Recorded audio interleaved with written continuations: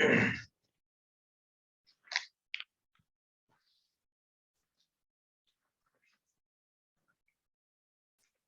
जी, हम कहाँ पे थे फ्रीक्वेंसी सीरीज में?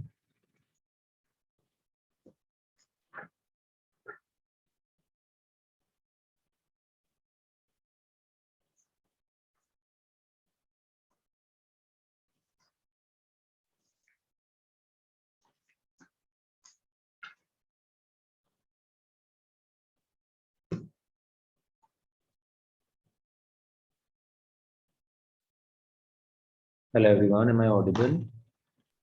Yes Yes. बता दो यार, मेरे को इन्फॉर्म करो, बताओ। Where were we in the last class?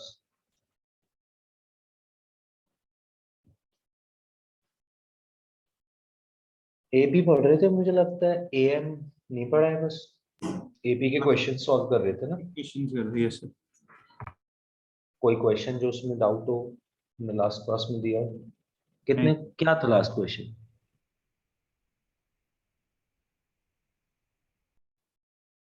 Sir, मैं 1 मिनट बताता हूँ।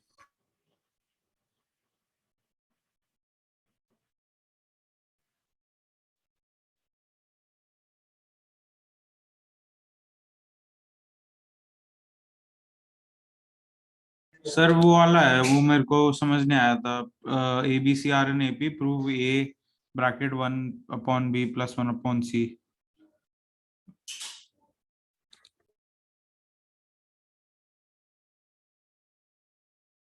Okay, cool. वो सर फिर से बता दो, लास्ट क्लास में थोड़ा हरी हो गया था तो समझ नहीं आया।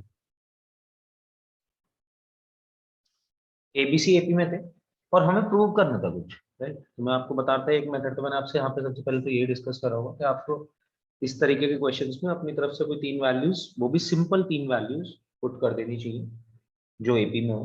तो वहां से आप अपना निकाल सकते हैं कि किस में आपका गिवन एक्सप्रेशन होंगे। जाना तो वैसे उससे ही है, अगर ये क्वेश्चन आता है तो। बट आप जा इससे भी सकते हैं, अगर आप पैटर्न पहचानना सीख जाए, थोड़ा इसको दिमाग में सॉल्व करना सीख जाएंगे, क्या ये चल रहा है, कैसे सॉल्व करना है, आपको ये समझना पड़ेगा। पहली बात तो जो इसने पूछा हुआ है वो क्या है, जो भी इसने पूछा हुआ है वो बन क्या रहा है एक्चुअली। वहां पे इसको सिंप्लीफाई करिए। जो इसने पूछा हुआ है, देखो ये है 1/b + 1/c को ऐड करूंगा अंदर तो bc, और ऊपर b+c बन जाएगा, b+c/bc, है ना? यस और सर। a को अगर अंदर मल्टीप्लाई करता हूं तो ये बनेगा ab + ac/bc। तो first we have to understand क्या चाहिए, फिर सोचेंगे कैसे वहां तक जाए, वो भी समझते हैं। बट सबसे पहले ये चीज सब पकड़नी जरूरी है कि क्या चाहिए, हमें क्या बनाना है।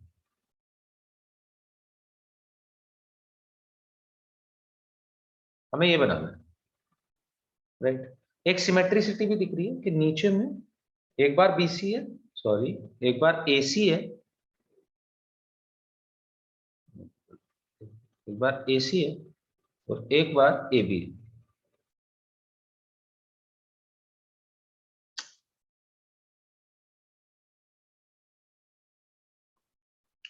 तो सिमेट्रिसिटी भी दिख रही है कि अगर मैं तीनों को एबीसी से डिवाइड करता हूं तो देखो मैं बीसी एसी एबी बना लूंगा, और फिर ऊपर वही चीज नहीं है जो नीचे है। मतलब अगर तीनों में +1 करूं, तीनों वैल्यूज में यही जो तीनों मेरे सामने है, इनमें तीनों में मैं +1 करता हूं, तो सबका न्यूमरेटर सेम हो जाएगा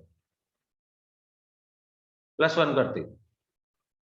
क्योंकि ऊपर न्यूमरेटर में A B plus B C plus A C, दूसरे वाले के न्यूमरेटर में भी A B plus B C plus A C, और तीसरे वाले में भी A B plus B C plus A C, ये हो जाएगा। तो यहां से मुझे ये समझ आ गया कि मुझे किस तरीके से ए बी सी से यहां तक पहुंचना चाहिए कि ये एपी में ही रहे। तो इस तरीके की चीजें अगर आप कर सकते हैं तो भी आप देख सकते हैं। देखिए, तो अगर अब आपको पता है कि एबीसी एपी में है, अगर आप तीनों को एबीसी से डिवाइड करेंगे, तीनों टर्म्स को, तो भी कोई फर्क नहीं पड़ेगा, रिजल्टिंग सीक्वेंस एपी में ही आएगा। यानी कि 1/bc, 1/ac and 1/ab are in AP। अगर करा क्या है हमने, dividing all terms dividing each term by ABC. हमने प्रॉपर्टीज में पढ़ा था कि अगर हर टर्म को सेम नंबर से डिवाइड करते हैं, रिजल्टिंग सीक्वेंस पे कोई फर्क नहीं पड़ता, एबी में ही रहता है। तो अगर मैं हर टर्म को एबीसी से डिवाइड करता हूँ, ए अपॉन एबीसी तो 1 अपॉन बीसी बना, बी अपॉन एबीसी तो 1 अपॉन एसी बना, सी अपॉन एबीसी तो 1 अपॉन एबी बना। अब तीनों को ही मल्टीप्लाई कर देता हूँ एक ही सेम नंबर से, A B plus B C plus C A B plus B C plus C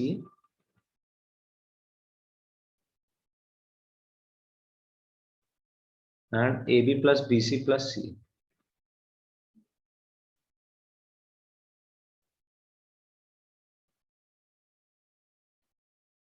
क्योंकि तीनों ही टर्म को सेम नंबर से मल्टीप्लाई करें।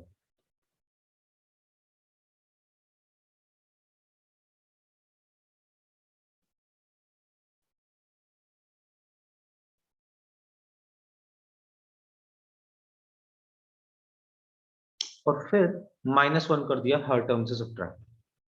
यहां से भी -1 किया, यहां से भी -1 किया, यहां से भी -1 किया। जब आप ऐसा कर रहे होंगे तो देखिए क्या बनेगा, A B plus B C plus C A. इस -1 को आप B C upon B C लिख सकते हैं, तो minus B C upon B C हो जाएगा पूरा, जिससे कि कैंसल आउट होगा तो बचेगा a B plus C a upon B c. दूसरे वाले में यही चीज ऊपर वाले ए सी को कैंसिल कर देगी, तीसरे वाले में यही चीज ऊपर वाले ए बी को कैंसिल कर देगा, तो ये बन जाएंगे A B plus B C upon A C, और ये बन जाएगा B C plus C upon A B are in A P. और यही हमें प्रूव करना था कि ये तीनों टर्म से तीन है। तो हमें पहले ये समझना होगा हमारे पास क्या है और हमें पहुंचना कहाँ पे है।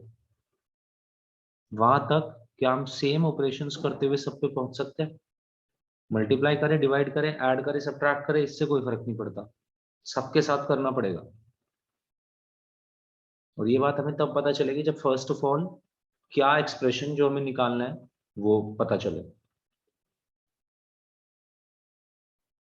तो यही काम हमने लास्ट क्लास में भी किया था। अब आपको क्या क्या चीजें करनी है, क्या क्या स्टेप्स फॉलो होंगे, वो आपको ऐसे पता चलेंगे कि पहले फाइनल रिजल्ट क्या है। फाइनल रिजल्ट क्या है अब पहुंचेंगे हम।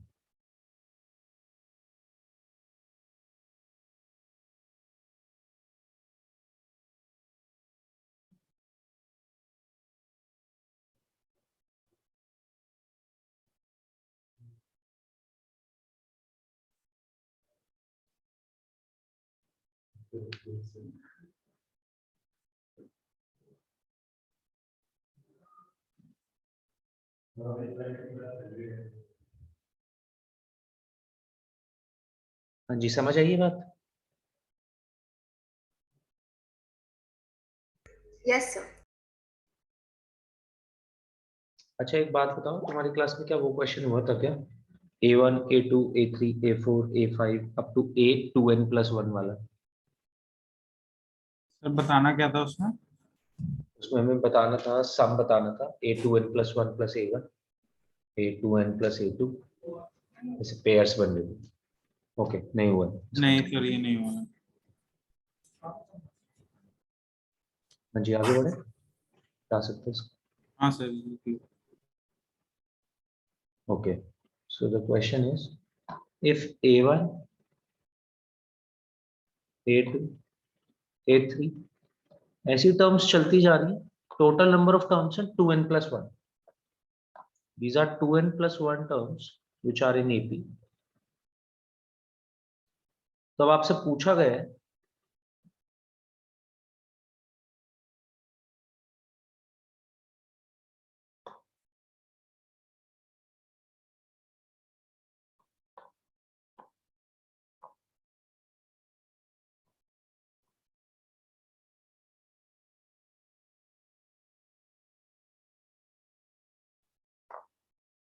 दिस इज n+2,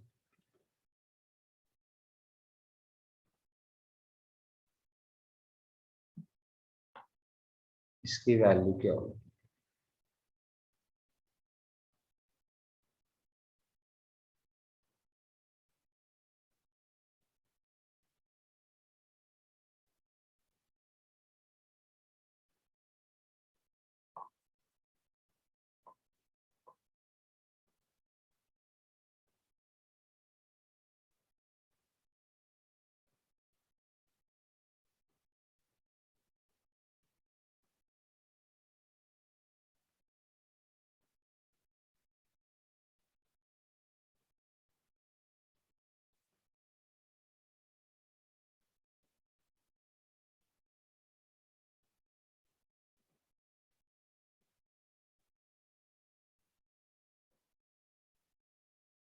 A1 से लेके A2n+1 तक टर्म्स है सारी AP में, यानी कि टोटल 2n+1 टर्म्स दी हुई।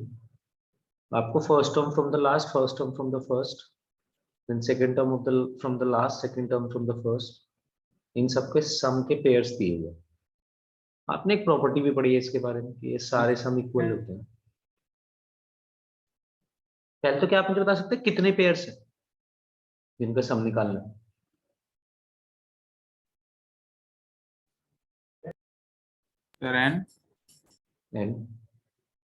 n terms from the starting as well as n terms from the end दी हुई है, इनके पेयर्स दिए हुए।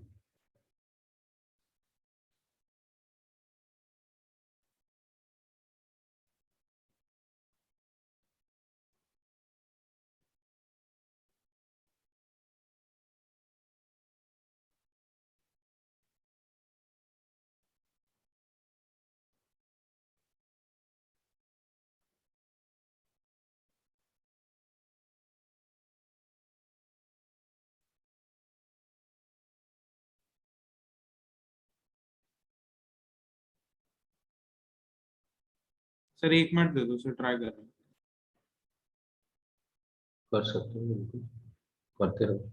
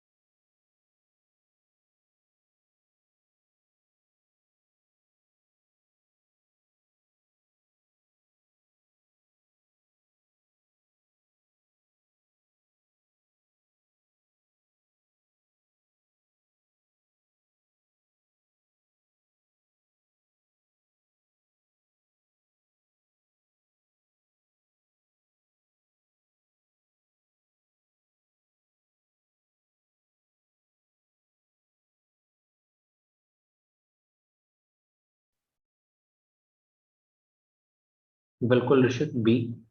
तो देखिए n पेयर्स हैं और n के n पेयर्स का सम इक्वल है, यानी कि मैं इसको लिख सकता हूँ n times A1 plus A2n+1। भाई ये भी यही है जो ये है, जो ये है, हर पेयर इक्वली तो है, हर पेयर फर्स्ट और लास्ट टर्म के सम के बराबर है, इसे मैं लिख सकता हूँ। 2 टाइम्स ऑफ मिडिल टर्म होगा। बिल्कुल, वो 2 टाइम्स ऑफ मिडिल टर्म होगा, या तो ऐसे देख लो कि वो directly 2 times of middle term n+1 है, तो n इधर से n उधर से,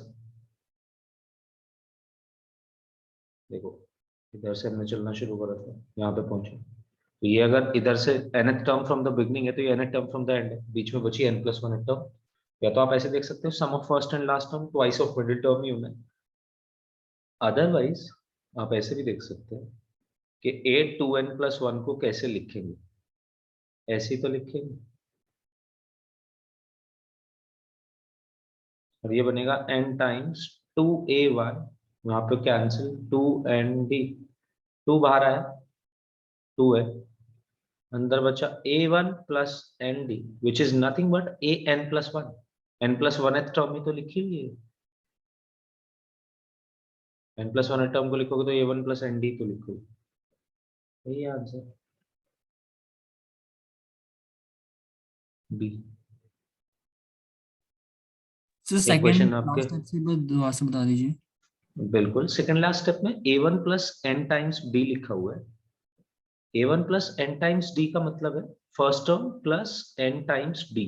अब ये समझ के अगर तू n प्लस वन टर्म लिख रहा है तो n प्लस वन टर्म में a plus n minus one into D ऐसे तो लिखते हैं इसको यस सर। an को।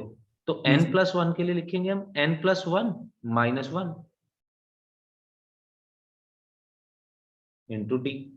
n plus one minus one में minus one plus one cancel out हो जाएगा, तो a n plus one actually यही बनेगा a first term plus n times t। First term यहाँ पे a1 है तो मैंने a की जगह a1 लिखा हुआ है, तो a1 plus n times t को an प्लस वन ही लिख सकते हैं। ये और ये सेम ही है। Okay sir.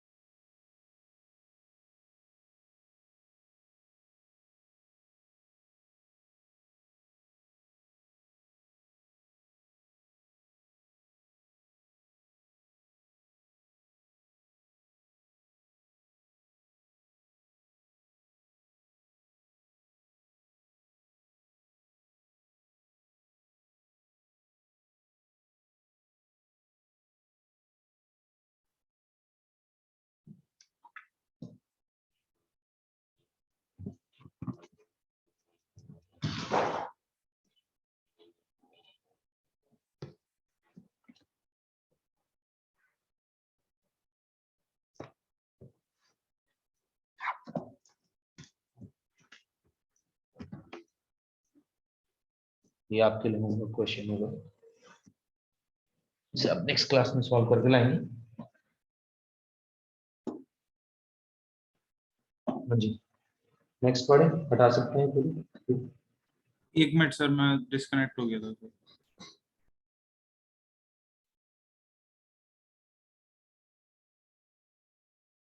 सर लेफ्ट वाला मैं अभी करना है होमवर्क है?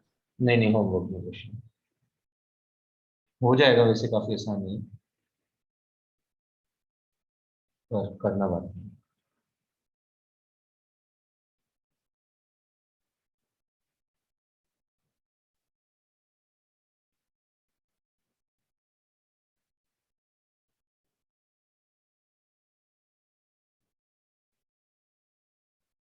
सर तो ये बाकी वाली हमने पढ़ी नहीं है, तो इसके बाद करें या इसके बाद ही अटेम्प्ट कर सकते हैं? नहीं नहीं, अभी तो कर ही सकते हैं, ऑब्वियसली वो एपी में ही होंगी। अच्छा, बट हमें पता लगाना है कैसे? हमें तो बस वही पता करना है कि कैसे, ट्राई तो मतलब इसमें यही करना है कि क्या क्या स्टेप करने चाहिए थे कि हम सीधा यहाँ से यहाँ पहुंच जाए। Okay sir. लिख लिया तुमने? हाँ सर, लिख लो। Okay.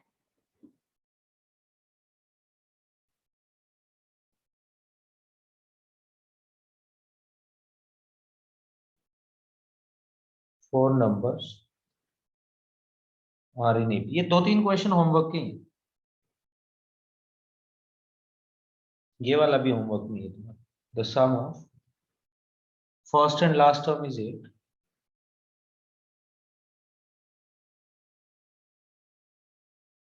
The sum of first and last term is 8,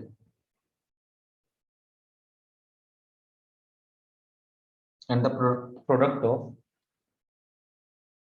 and the product both middle term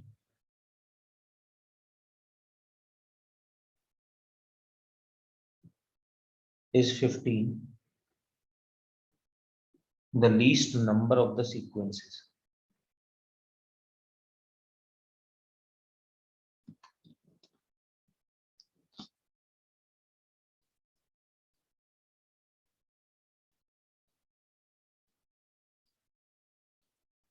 चलो आपके पास 1 मिनट है, 1 मिनट ज्यादा टाइम है बट 1 मिनट है आपके पास, आपको क्वेश्चन सॉल्व करना है।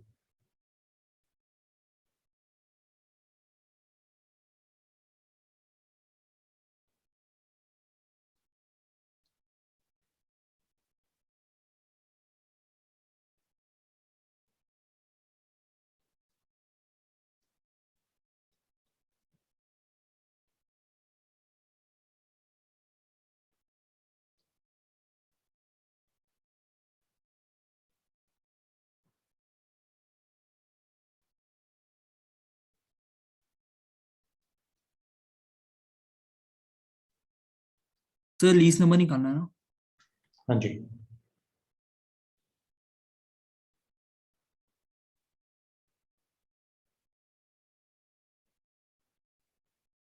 सर मेरा बार बार कनेक्टिंग हो रहा है, वो इशू हो रहा है, थोड़ा सा टाइम एक्सटेंड कर दो।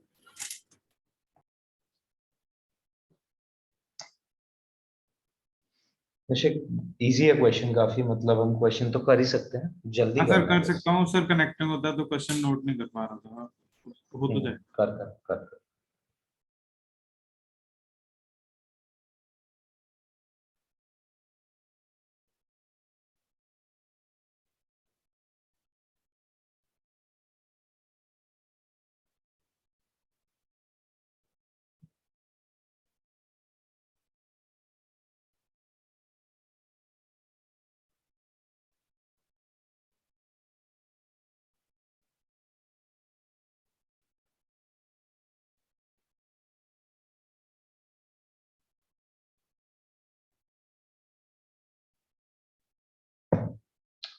अच्छा, हमें दिया गया है फर्स्ट और लास्ट टर्म का समय 8 सर हो गया।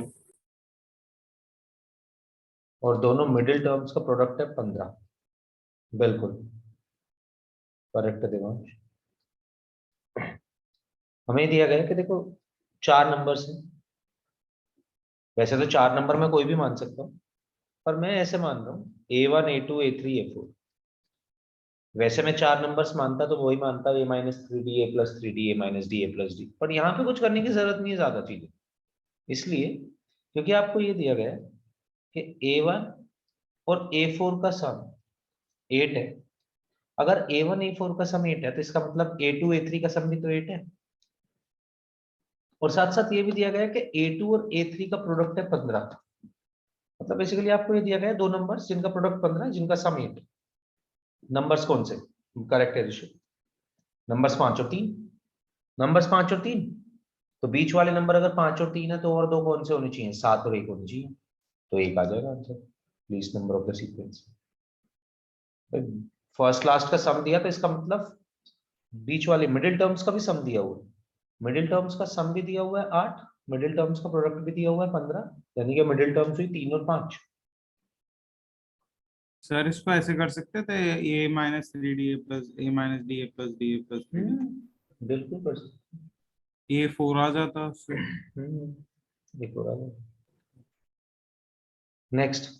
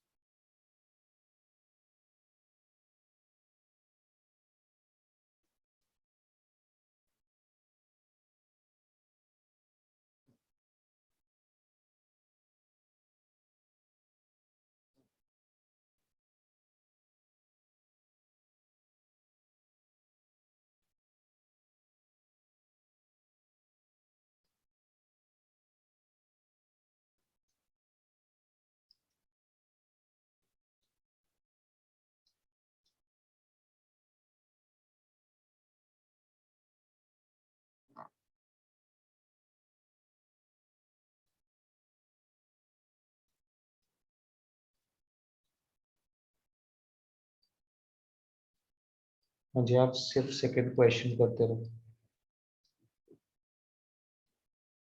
आंसर बताइए।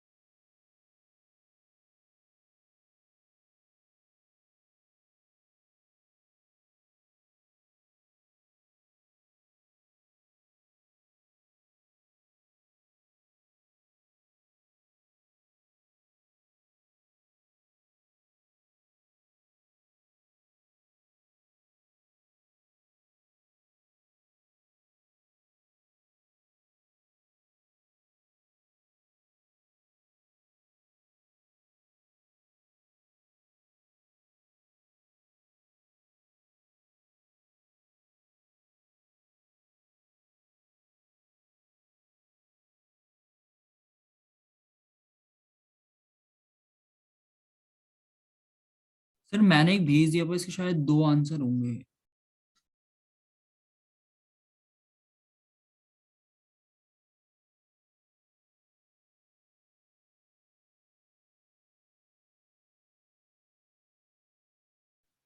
बिल्कुल 2 आंसर होंगे देवांश, फिर तो but होंगे बट वो उल्टा वो होगा से उसका। हाँ बस नंबर्स तो सेम ही होंगे ना। मैं भी भेज रहा हूँ, मेरा हो गया।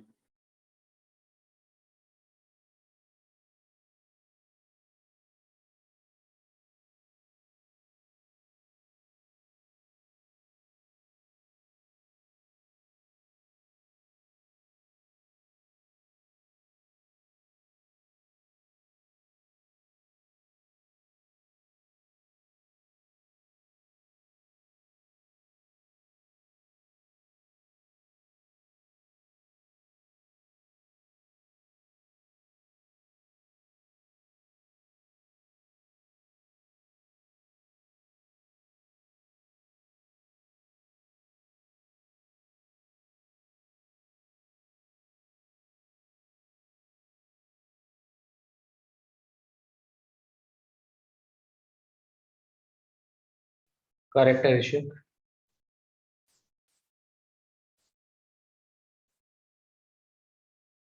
तो यहाँ पे हमें 3 नंबर जो अपने लेने चाहिए थे वो लेने चाहिए थे, a minus D, A plus D. तीनों का सम दिया हुआ, तीनों का सम दिया हुआ तो मतलब 3a इज इक्वल्स टू -3 दिया हुआ है। आपके पास ये आ गया -1। यहाँ से डी निकाल सकते हैं, तीनों का प्रोडक्ट होगा a into A square minus D square. ए हमारे पास ऑलरेडी है, प्रोडक्ट हमें दिया हुआ है 8, तो डी की वैल्यू आ जाएगी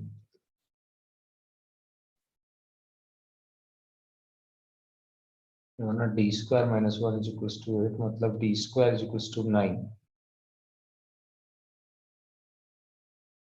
बोले तो डी की वैल्यू +-3, नंबर्स आपके जो बनेंगे ये बनेंगे। 3 के केस में बन जाएगा कुछ -4, -1 एंड 2। जब a -1 d -3 होगा तो नंबर्स बनेंगे -4 -1 -2। और जब d 3 होगा तो यही एक पलट जाए 2 -1 -4। और नंबर्स दोनों केस में सेम है।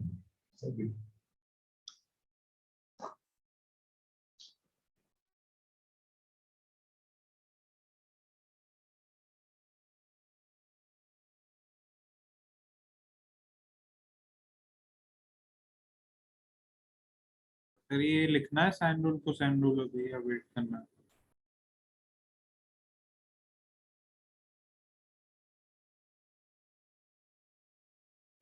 हाँ जी, क्या बोल रहे हो ऋषि? फिर मैं कह रहा हूँ ये लिखना है भी साइन कोसाइन रूल। हाँ हाँ हाँ, इसके बाद आप ये 2 रूल लिखिए, sine rule and cosine rule. यार वो चैप्टर होता है वैसे तो हमारा properties of triangles, solution of triangles, but उसमें कुछ कुछ चीजें जो इंपॉर्टेंट है वो अलग से ही कराते रहते हैं, जैसे कि बीच में भी आपको साइन रूल और कोसाइन रूल बताया गया अभी। सबसे इंपॉर्टेंट 2 ही रूल है उसके, साइन रूल और कोसाइन रूल। साइन रूल और cosine rule can be applied on any kind of triangle. और अगर आपके पास कोई ट्राइंगल है एबीसी, तो उसके अंदर कुछ स्टैंडर्ड नोटेशन होती है, लाइक एंगल ए के सामने वाली साइड को आप स्मॉल ए बोल सकते हैं, एंगल बी के सामने वाली साइड को small b, and angle c के सामने वाली साइड को स्मॉल सी। तो small a b c are the standard notation for the sides of any triangle. और इसी तरीके से हमारे पास ट्राइंगल एबीसी के एंगल्स भी हैं एबीसी। तो 2 रिलेशनशिप हमेशा वैलिड होंगे किसी भी ट्राइंगल के केस में। पहला है साइन रूल, विच इज कि अगर आप किसी भी साइड का उसके ऑपोजिट वाले एंगल के साइन के साथ रेशियो लेंगे तो वो हमेशा सेम होगा, कांस्टेंट होगा। तो a upon sine a, b upon sine b and c upon sine c all are equal. या इसका रेसिप्रोकल भी आप बोल सकते हैं, sine a upon a, sine b upon b, sine c upon c is always equal. अगर आप side upon sine के रेशियो से याद करेंगे तो इससे आपको थोड़ी आसानी होगी कि इसकी वैल्यू जो होती है वो कांस्टेंट तो होती है, but that constant is 2r। Now this r is circumradius. सर्कमरेडियस क्या है कि अगर आप ऐसा सर्कल बनाएं जो इस ट्रायंगल की तीनों वर्टिसेस से पास कर रहे हो, यानी कि वो छोटे से छोटा सर्कल जो ट्रायंगल को पूरा अपने अंदर ले लो।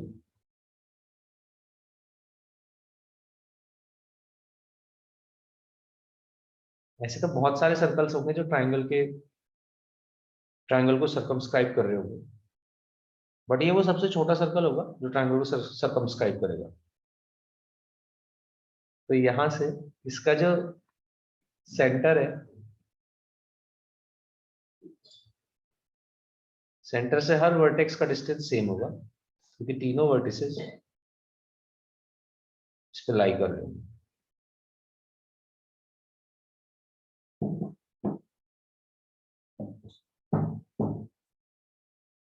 यही जो डिस्टेंस है वो है सर्कमरेडियस।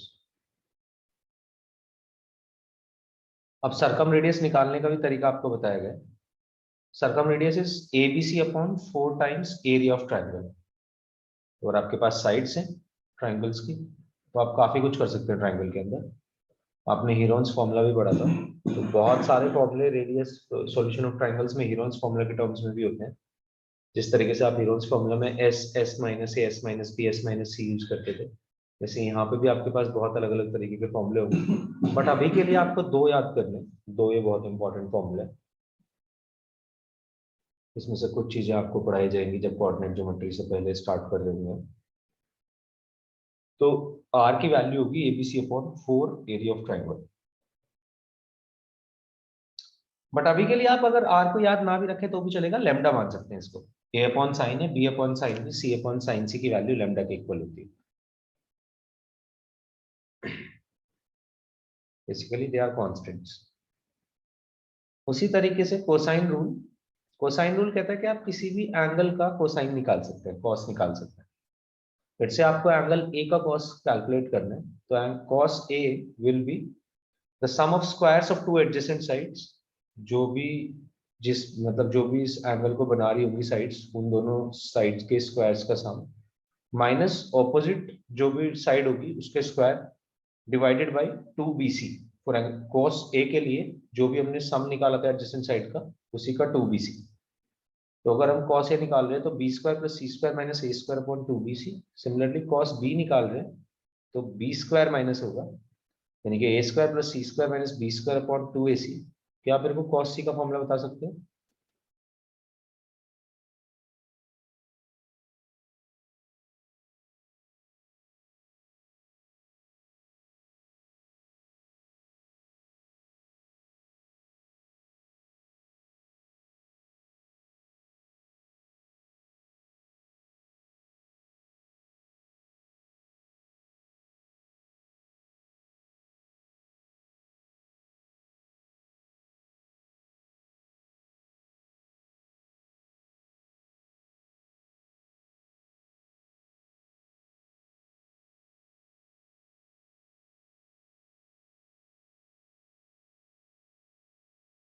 हाँ जी, cos C। cos A के लिए देखो, हमने इसके एडजेसेंट साइड के स्क्वायर्स का सम करा, माइनस करा सामने वाले स्क्वायर साइड का स्क्वायर, डिवाइडेड बाय जो भी एडजेसेंट साइड ली थी उनका ट्वाइस, उनके मल्टीप्लिकेशन का ट्वाइस। मतलब आप ऐसे देख सकते हो इसको B प्लस C के होल स्क्वायर टाइप।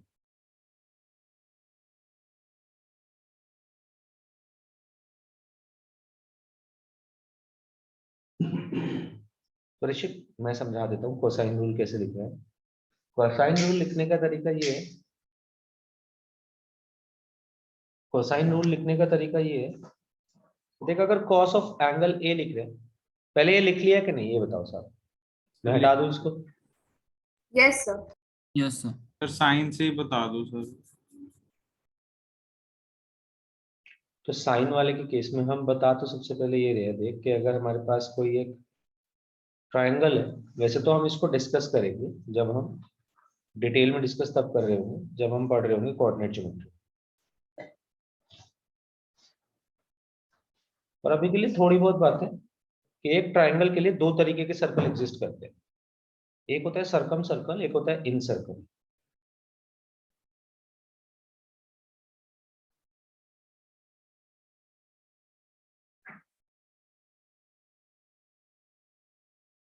ये देखो, जो ये जो अभी मैंने सर्कल आपको बना के दिखाया, this is circum circle for this given triangle. Circum circle circumscribes anything, मतलब जिसके लिए भी आप सर्कम सर्कल टर्म यूज कर रहे हो, circum circle सर्कमस्क्राइब्स that figure.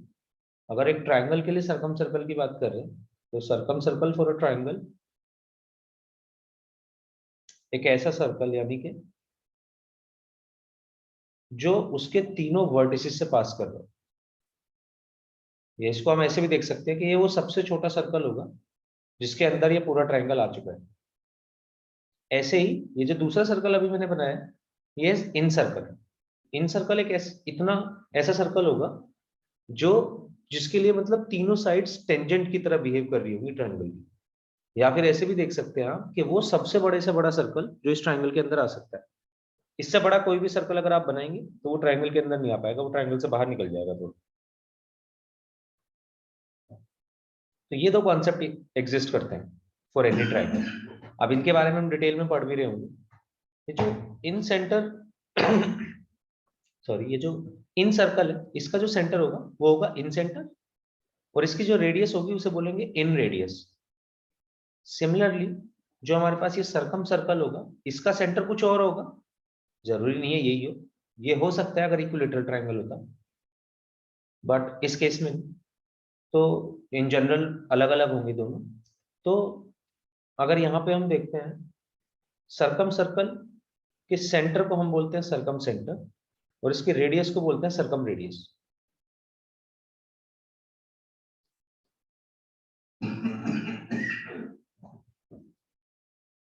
Circum radius को कैपिटल आर से जनरली डिनोट करते हैं, जैसे कि इन रेडियस को स्मॉल आर से डिनोट करते हैं। ये स्टैंडर्ड नोटेशन। एक ट्रायंगल था अगर ए बी सी, तो ए के सामने वाली साइड हो गई स्मॉल ए, बी के सामने वाली साइड स्मॉल बी, सी के सामने वाली साइड स्मॉल सी। अब ये दो रिलेशनशिप हमेशा होल्ड करेंगे। पहली, साइन रूल।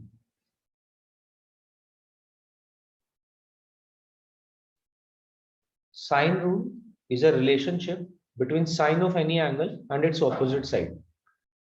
तो अगर हम साइन रूल इस ट्रायंगल के लिए लगाते हैं तो it can be written as a by sine A, side लिए उसके सामने वाली एंगल का साइन ले लिया, is equals to b by sine B is equals to c by sine C. ये तीनों रेशो हमेशा बराबर होंगे, यानी कि किसी भी साइड का अगर उसके ऑपोजिट एंगल के साइन के साथ रेशो लेते हैं हमेशा बराबर आएगा। और कितना आएगा, वैसे तो इसे आप कोई कांस्टेंट भी मान सकते हैं लैम्डा, बट ये लैम्डा होगा कितना, ट्वाइस ऑफ आर होगा, diameter of the semi circum circle. अब आर कैसे निकालेंगे, आर ऐसे निकाल सकते हैं ABC upon 4 times delta, where delta is area of triangle.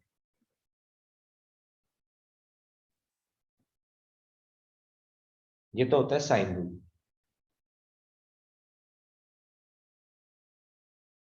किसी भी ट्रायंगल के लिए ये रूल वैलिड है, हर ट्रायंगल के लिए इनफैक्ट।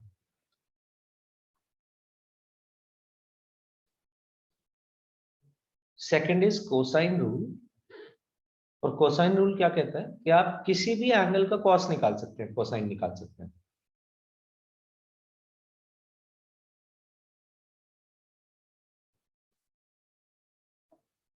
तो लेट्स से आप cos A निकालना चाहते हैं, आपके पास तीनों साइड्स होनी चाहिए। कोसाइन रूल की कंडीशन ये है, कोसाइन रूल कहता है आपके पास अगर तीनों साइड्स है तो आप cos A cos B cos C निकाल सकते हैं, या अगर आपके पास दो साइड और एक एंगल है तो आप तीसरी साइड निकाल सकते हैं इसके हेल्प से।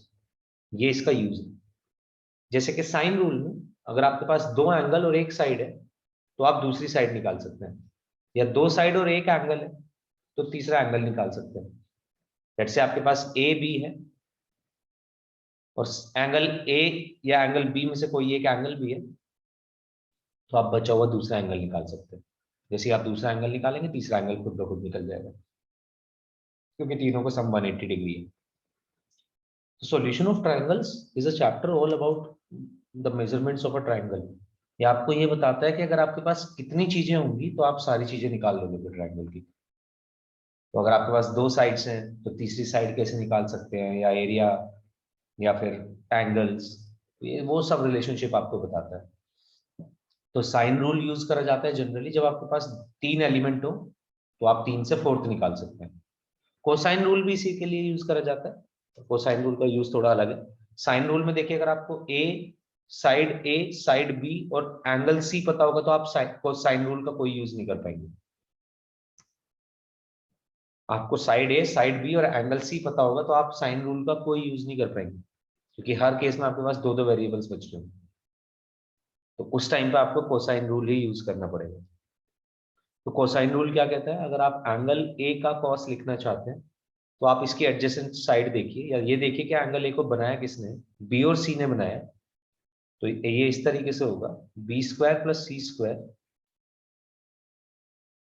Minus a square divided by 2bc। Similarly अगर आप cos b लिखना चाह रहे हैं तो इसकी एडजेसेंट साइड का स्क्वायर्स का सम ए square plus c square minus सामने वाली साइड का square negative divided by 2ac। सो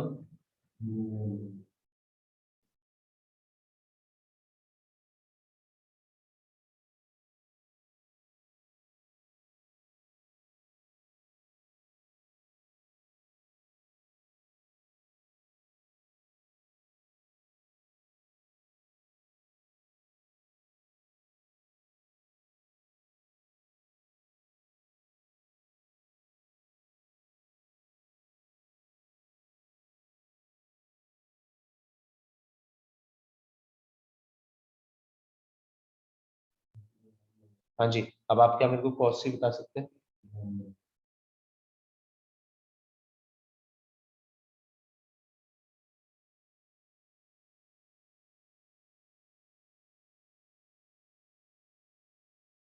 हाँ जी, cos c का फॉर्मूला क्या होगा? A square plus B square minus C square upon 2ab।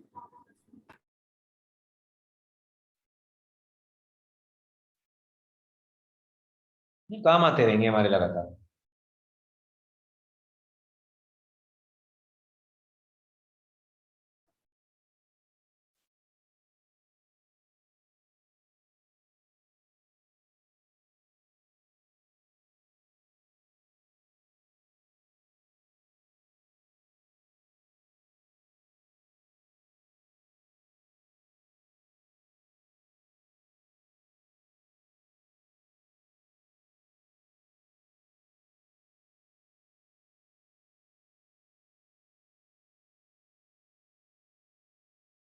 हाँ जी, आगे बढ़े क्वेश्चन कराने।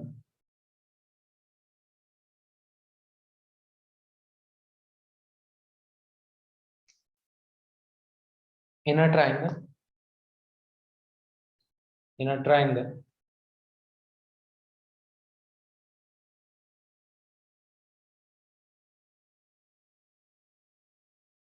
the lengths of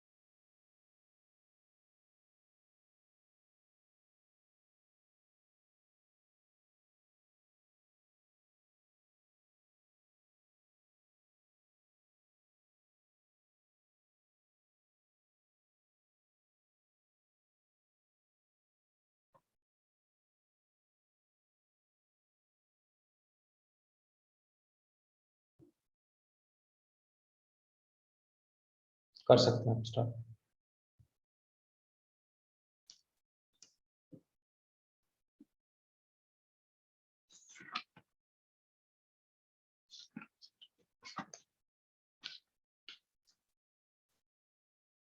सर इनमें एंगल्स भी हम उन्हीं उसी वैसे ही लेंगे जैसे हम उसमें लेते थे ये 3 नंबर में। ले सकते हो, नो प्रॉब्लम।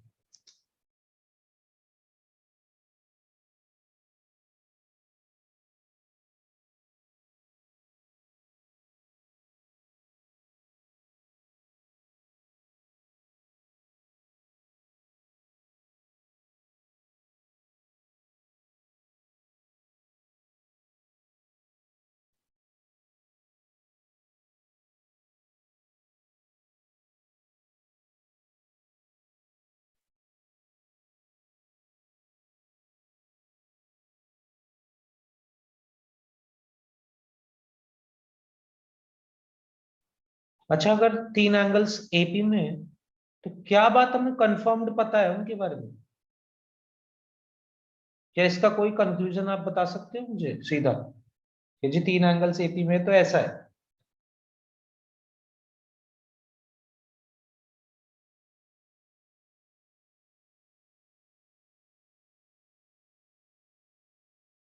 उनके बीच का डिफरेंस है। ये तो है ही। और ठीक बात है। और सर फर्स्ट दोनों एंगल का सम उस सेकंड के ट्वाइस होगा। ये तो एपी की जनरल प्रॉपर्टीज है। क्या हम triangle angles of a triangle के बारे में कुछ बोल सकते हैं फिक्स बात? अगर तीनों एंगल्स एपी में है,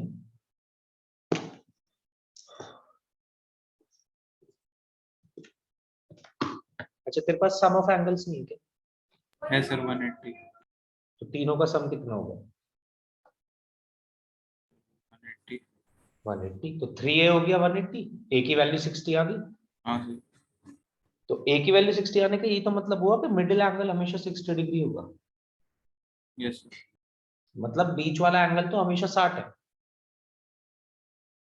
ये फिक्स है। ये कंक्लूजन है इस बात का कि अगर एंगल्स हमारे एपी में है तो एक एंगल बीच वाला 60 होगा, एक उससे 60 प्लस डी बड़ा होगा, एक 60 माइनस डी छोटा होगा। इस तरीके से ही 3 एंगल्स एपी में होंगे किसी भी ट्रायंगल के। अब यहाँ पे बात करें तो हमारे पास कोसाइन रूल लगा सकते हैं। हम ट्रायंगल की बात कर रहे हैं, 60 डिग्री एंगल है, 60 डिग्री के ऑपोजिट साइड कौन सी होगी?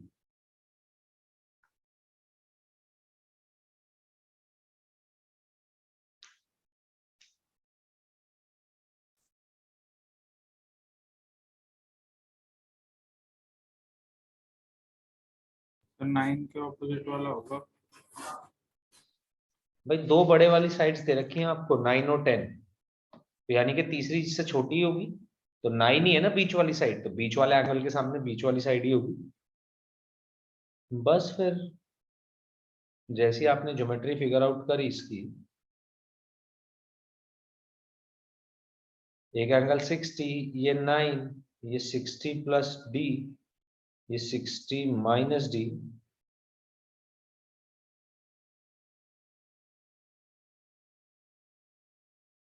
सिक्सटी माइनस डी के सामने x, 60 प्लस डी के सामने 10। तो आपको पता है cos 60 आप लगा सकते हैं इस पे कि भाई अगर आपने ज्योमेट्री बना ली तो आपको क्लियरली पता है बीच वाला एंगल हमेशा 60 डिग्री होने। cos 60 की value x square plus 100 minus 81 divided by 20x। cos 60 is 1/2, cancel out होगा। 10x is equals to x square plus 90, यानी कि x square minus 10x plus 90 is equals to 0। X का कुछ answer आ जाएगा, quadratic formula से solve करिए। 10 minus b plus minus b square minus 4ac यानी कि 24 बचेगा, 2√6 बचेगा डिवाइडेड बाई 2, तो ये बन जाएगा x की वैल्यू 5 प्लस माइनस √6।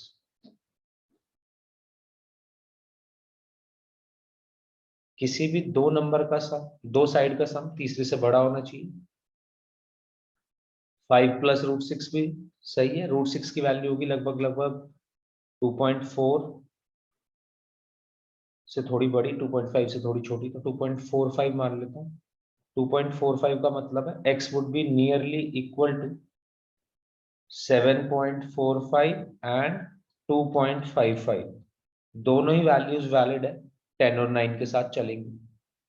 आपकी दो साइड्स 9 और 10 दी हुई है, तो किसी भी दो साइड का सम अगर आप निकालेंगे तीसरे से बड़ा ही आएगा।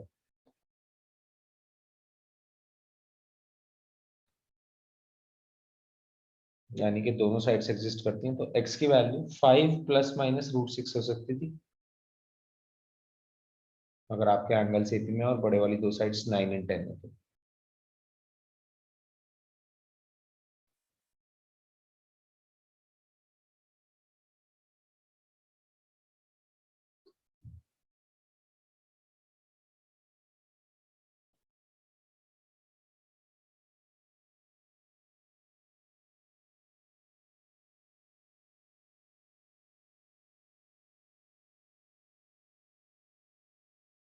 नेक्स्ट क्वेश्चन लिखा हुआ है नीचे साइड में, आप इसको भी लिख लीजिएगा फिर इसके बाद। ये आपका होमवर्क क्वेश्चन होगा अगेन। सर हाँ जी, सर हम बाकी दोनों एंगल नहीं निकाल सकते? निकाल सकते हैं। पहली बात तो बाकी दोनों एंगल्स का मेजरमेंट क्या होगा, ये चीज भी आप इस पे डिपेंड करेगी अब कि आप कौन सी साइड ले रहे हैं, 5 + √6 या 5 - √6।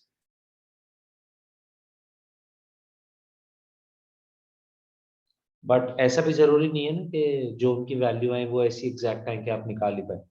मान लो cos 60 + d की वैल्यू आती है कुछ 2 - √3, तो 2 - √3 हमें थोड़ी ना पता है किसकी वैल्यू।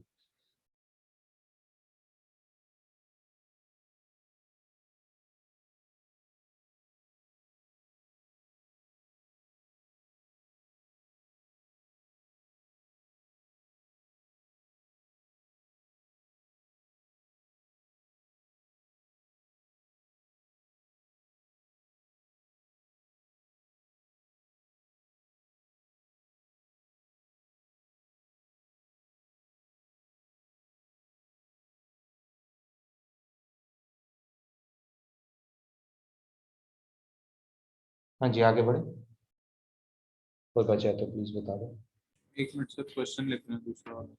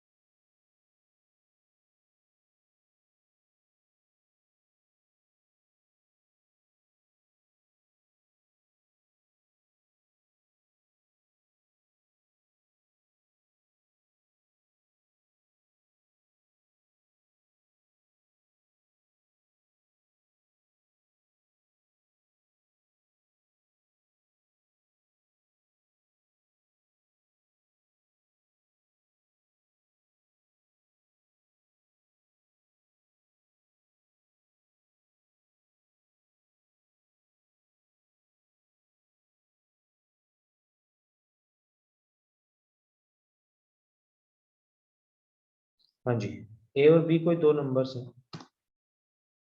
सबसे पहली बात तो अर्थमेटिक पिछला मीन वाला क्या होता क्वेश्चन है? वो होमवर्क है, कौन सा एक दिया था ना आपने पिछली स्लाइड पे। क्वेश्चन? ये सर क्वेश्चन था ना। नहीं नहीं नहीं, वो होमवर्क करके लाना है तुम्हें घर से। तो सबसे पहली चीज तो अर्थमेटिक मीन क्या होता है? Arithmetic mean is just like average. Arithmetic mean average का ही दूसरा नाम है। मीन बोल दो, एवरेज बोल दो, एक्सपेक्टेड वैल्यू बोल दो, सब चीजें एक ही हैं। अर्थमेटिक मीन बोल दो, सबका मतलब सेम है, एवरेज। अब अर्थमेटिक मीन, अगर आप कुछ नंबर्स का निकाल रहे हैं, arithmetic mean of two numbers निकाल रहे हैं लेट्स से, तो आप उसको ए से डिनोट करते हैं।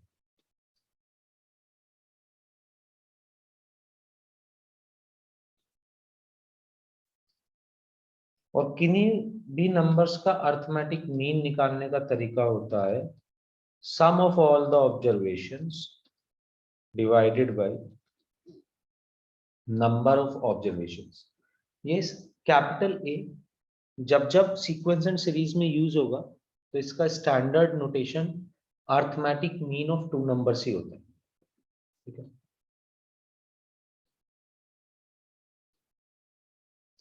अगर आप n नंबर्स का अर्थमेटिक मीन निकाल रहे हैं, लेट्स से वो नंबर्स हैं x1 से लेके x हैं,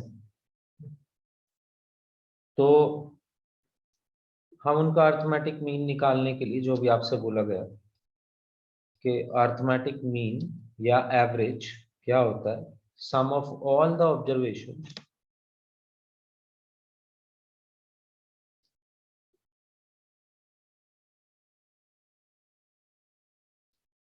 divided by number of observations.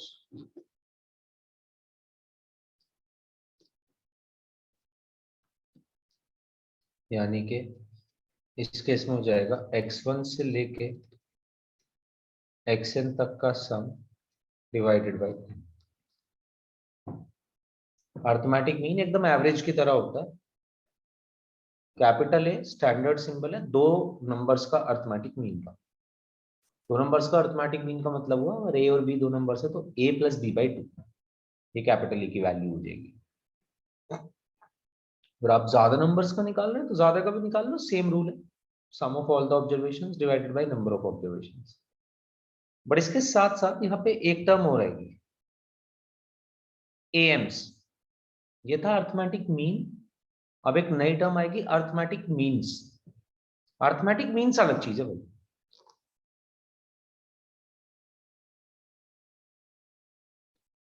So insertion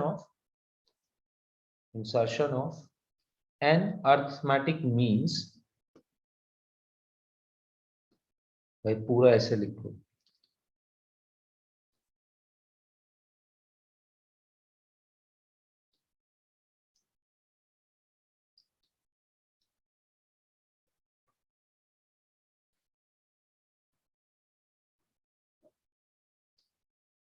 insertion of an arithmetic means between two numbers।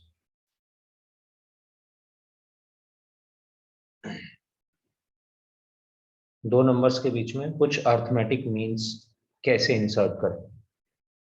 पर इससे पहले अर्थमेटिक मीन्स होते क्या है? AMs. This is not AM. AM था सिंगुलर, यह है प्लूरल। बहुत सारे अर्थमेटिक मीन्स। अच्छा, इससे पहले ये देखो, 1 और 7 का अर्थमेटिक मीन बताना।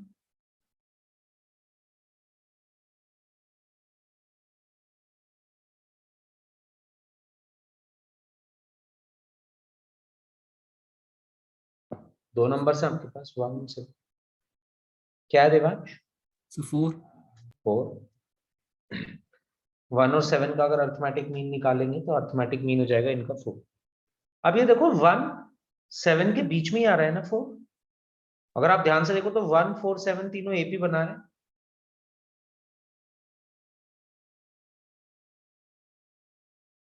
है कि नहीं? Yes. तो अर्थमेटिक मीन जो होता है, जो हम एवरेज निकालते हैं, वो एक ऐसा नंबर होता है जो एपी बना ले हमारी सीरीज के साथ या हमारे नंबर्स के साथ। यही डेफिनेशन एन अर्थमेटिक मीन्स की भी है। आपसे ये बोला जा रहा है कि दो नंबर्स हैं भाई, एक है नंबर स्मॉल ए, एक है नंबर स्मॉल बी, ठीक है।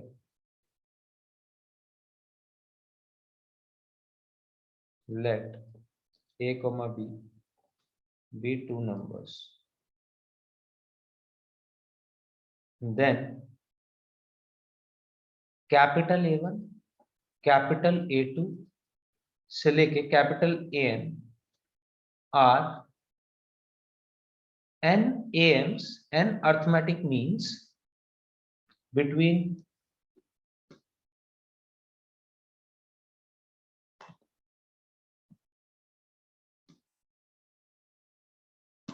ऐसा ऐसे लिखो इसको, let a comma b be two numbers and a1 a2 up to an are n AMs between, ये मैं ऊपर वाली चीज हटा रहा हूँ, ऊपर की पूरा टॉपिक हटा रहा हूँ इनका,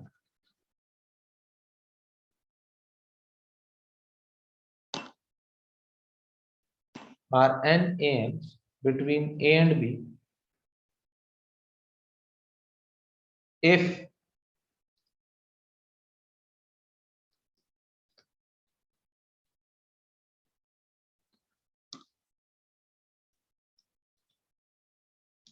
अगर दो नंबर के बीच में स्मॉल ए और स्मॉल बी, आपको कोई दो नंबर्स दिए गए और बोला गया कि इनके बीच में n अर्थमेटिक मीन्स पुट करिए, तो इस बात का ये मतलब है, ऐसा बोला जाएगा, ऐसा बोला जाएगा फर्स्ट ऑफ ऑल कि दो नंबर्स के बीच में कुछ अर्थमेटिक मीन्स पुट कर दीजिए। तो उनका कहने का मतलब ये है, अर्थमेटिक मीन्स से ये मतलब होता है कि जब ये नंबर्स आपके इन दो नंबर्स के बीच में इंसर्ट करे जाए तो जो गिवन सीक्वेंस आए वो एपी बन रहा हो। मतलब अगर आप कह रहे हैं कि ए और बी हमारे कोई दो नंबर्स हैं और आप इसके बीच में एन अर्थमेटिक मीन्स पुट करना चाहते हैं, you are denoting these n arithmetic means as A1 capital A2 up to capital A N.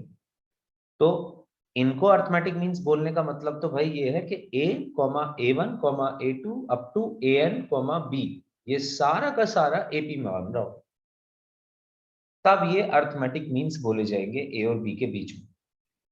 तो आपको ये अर्थमेटिक मीन्स निकालने होंगे, आपको ये बताया जाएगा कि आपको इन दो नंबर्स के बीच में 10 अर्थमेटिक मीन निकालने हैं या इतने अर्थमेटिक मीन निकालने हैं, यानी कि आपको दोनों नंबर्स दिए जाएंगे, आपको एन भी दिया जाएगा कितने अर्थमेटिक मीन्स चाहिए, आप वैल्यू बताएंगे A1 A2 A3 up to A N की। कैसे बताएंगे? इसी कॉन्सेप्ट से कि ये पूरा का पूरा एपी में है। तो क्या आप मुझे इस पूरे एपी की नंबर ऑफ टर्म्स बता सकते हैं? अगर ये सारे टर्म्स एपी में है तो कितनी देवांश? n+2।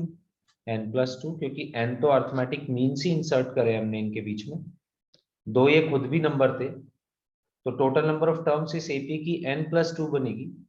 तो आपको बेसिकली डी निकालना है, जैसे ही आप डी निकाल लेंगे आप A1 A2 capital A1 capital A2 सब निकाल लेंगे सब।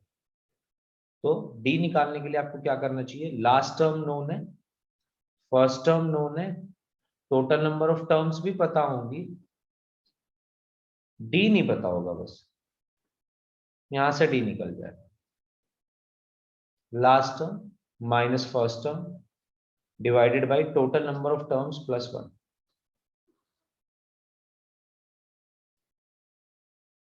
जैसे ही आपने डी निकाला सब निकलना शुरू हो गया। a1 होगा a plus D which is a plus b minus a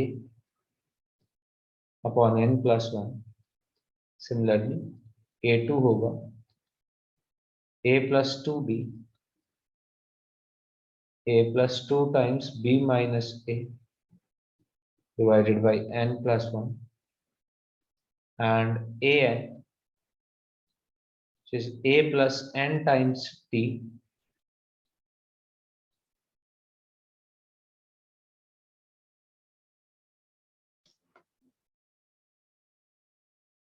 इस तरीके से आप nth टर्म भी निकाल लेंगे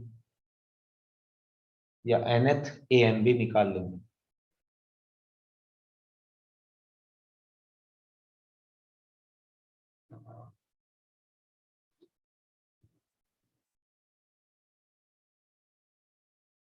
एम ऑफ एन नंबर हटाया जा रहा है।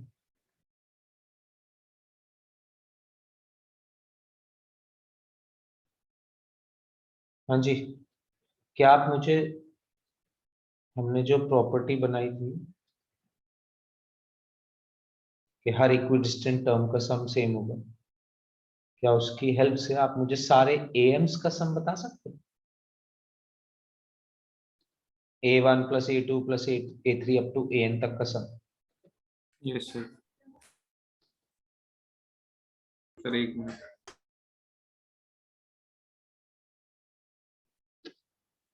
जो चीजें आपको गिवन, सिर्फ उन्हीं की फॉर्म में बताइएगा।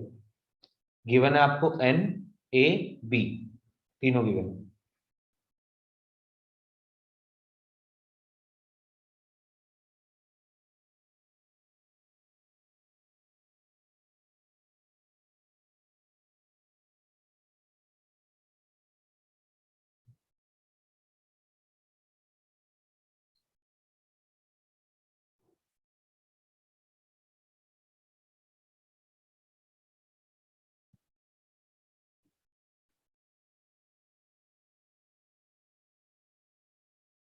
सर वो कौन कौन सी टर्म गिवन है बता सकते हो?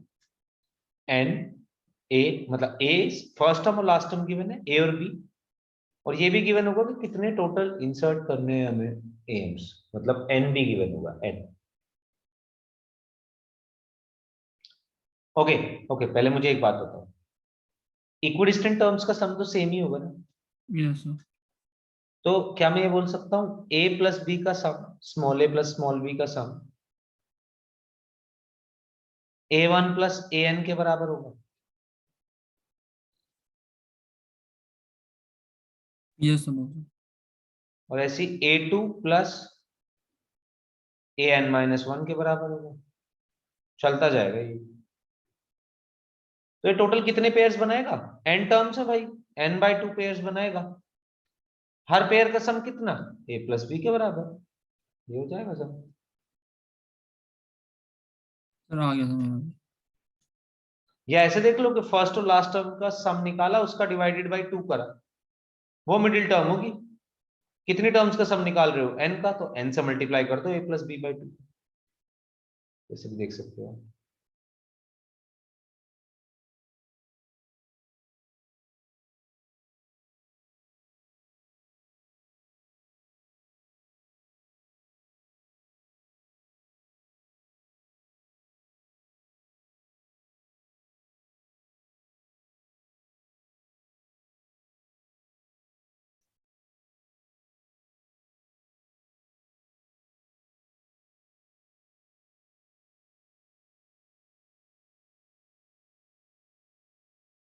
तो ये इंपॉर्टेंट बात थी।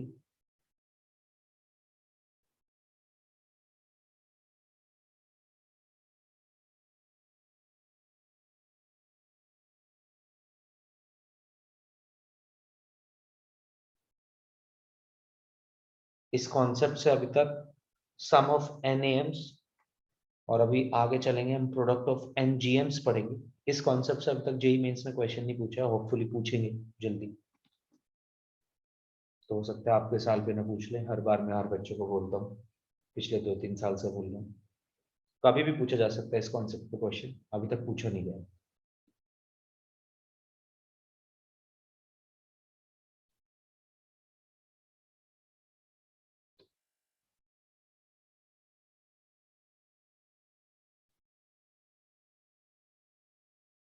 पहला question,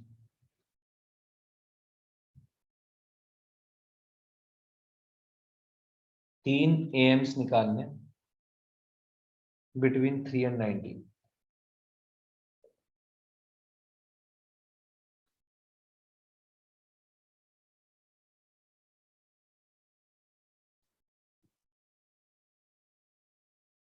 Three AMs between 3 and 19।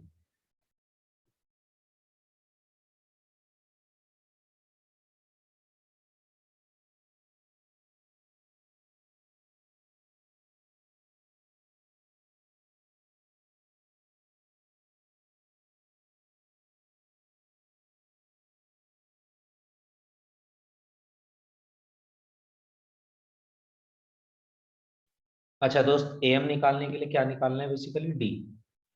D निकालने के लिए डायरेक्ट फॉर्मूला यूज करो, इतनी देर नहीं लगा। डी के लिए हम यूज करेंगे last term minus first term divided by कितने चाहिए एम? तीन, 3 + 1 4, 4 आ गया डी। 4 आया डी, तो एम आ गया। फर्स्ट एम है 7, दूसरा एम है 11, तीसरा एम है 15, और फिर होगा 19। तो आप देख भी सकते हो 3 7 11 15 19 पूरा एपी बन रहा है। फिर से सुन लो कैसे निकालना है डी। डी के लिए लास्ट में से फर्स्ट टर्म को माइनस करो, डिवाइडेड बाय जितने एम चाहिए +1 करके डिवाइड कर दो उसे।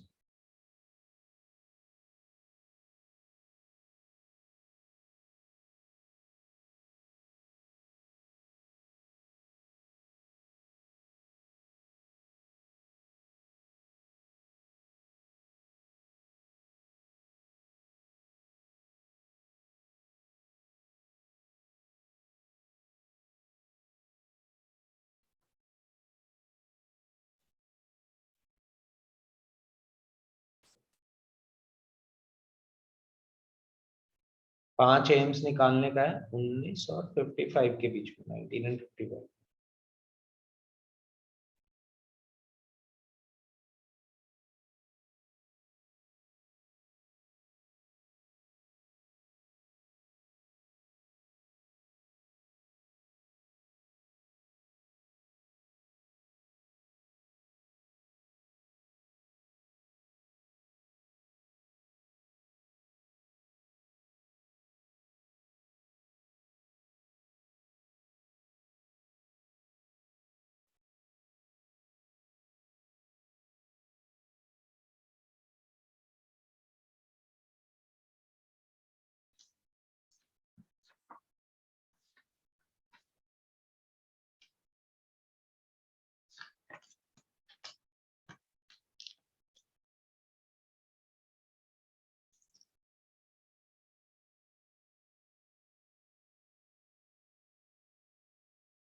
करेक्ट है ऋषि। तो पहले डी निकाल लेते हैं इसका। डी में अगर हमें निकालना होगा तो last term minus first term 15 - 19 divided by 5 AIIMS चाहिए तो प्लस कर दिया 1, 6 से डिवाइड करा, ऊपर बचता 36, नीचे बचा 6, आया 6। तो टर्म्स हो गई 19 + 6 25, 31 37 43 49 एंड 55। सर मेरा वो गलती से चले गया गया था आंसर।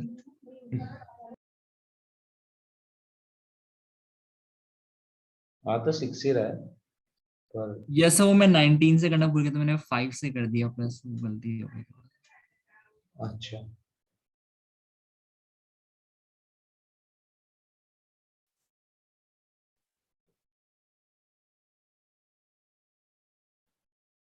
तो ऐसे निकाल सकते हैं।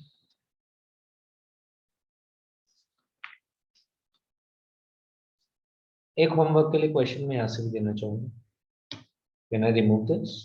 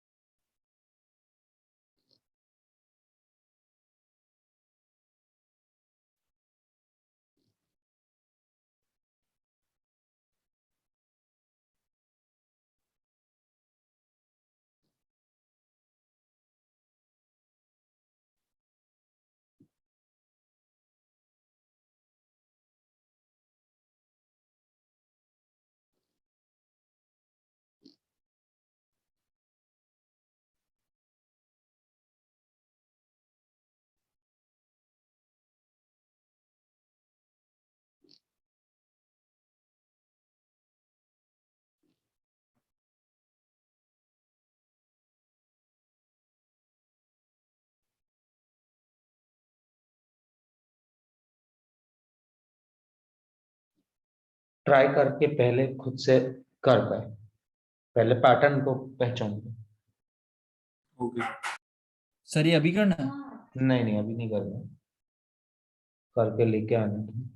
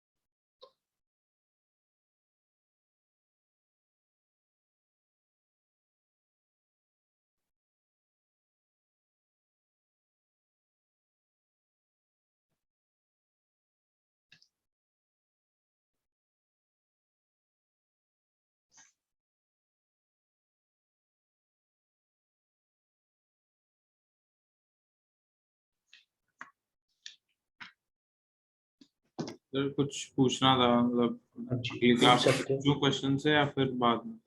अभी पूछ सकते, और इसके बाद आप ज्योमेट्रिक प्रोग्रेशन हेडिंग डाल के छोड़ दीजिए, नेक्स्ट क्लास से ये शुरू करेंगे।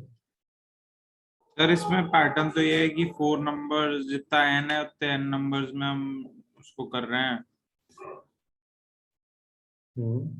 और वो तो नंबर सर शुरू, सर तो इसमें कौन हमें से एन नंबर सर? 4 नंबर को ऐड करने तो 1 2 3 4 को भी कर सकते थे, हमें कैसे पता चलेगा कौन से 4 को ऐड करें? सर वो हम ऐसे ले सकते हैं जैसे हमने सीखा था a-3d और वैसे। हम पहचानना है बस पैटर्न कौन सा बनेगा इसमें।